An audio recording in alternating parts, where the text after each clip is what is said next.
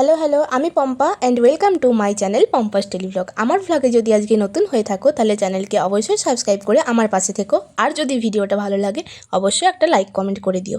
চলো আজকে দিনের গল্পটা তোমাদের সাথে শুরু করা যাক। সকাল সকাল ডাভের জল খাওয়া নিয়ে কত যে কাণ্ড ঘটিয়েছি।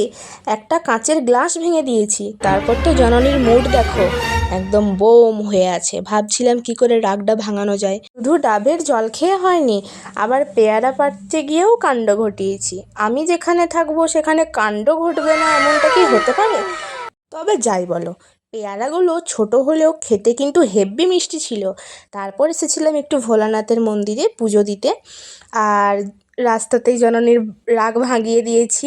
তো এসে ঠাকুরের ফুল মিষ্টি প্রসাদ খেয়ে এখনও ওষুধ খাওয়া শেষ হয়নি, সেই যে শুরু হয়েছে ঠান্ডা লাগা, এখনও ঠিক হয়নি। এত এত ওষুধ খেতে হচ্ছে, ভালোই লাগে না। তারপর বানিয়েছিল গরম গরম চিকেন কষা, যেটা খেয়ে একদম মুখটাই ছেড়ে গেল। আর তারপর আমি একটা জিনিস বানাচ্ছিলাম, যেটা আমি সকালে প্রতিদিন ড্রিঙ্কসটা খাই, সেটার জন্য 3টে ইনগ্রিডিয়েন্টস নিয়েছি সম পরিমাণে। আর তারপর কড়াইটা হালকা গরম করে ভেজে নেব। কদিন পরীক্ষা দিয়ে সে অবস্থা তো একদম পায়ের কাহিল হয়ে গেছে, তাই জননী একটু পায়ে হালকা করে মালিশ করে দিচ্ছে। আর এটা না আমার হেব্বি লাগে, দারুণ করে দেয় মা। মানুষ গিরগিটির মতো রং বদলায় দেখেছি, আজকাল দেখছি লাইটও গিরগিটির মতো রং বদলায়। হ্যাঁ হ্যাঁ, বাবা এনেছিল, মানে একবার সবুজ হচ্ছে, একবার ব্লু হচ্ছে, একবার নীল হচ্ছে। তো যাই হোক, এই ভ্লগটা এখানেই শেষ করছি।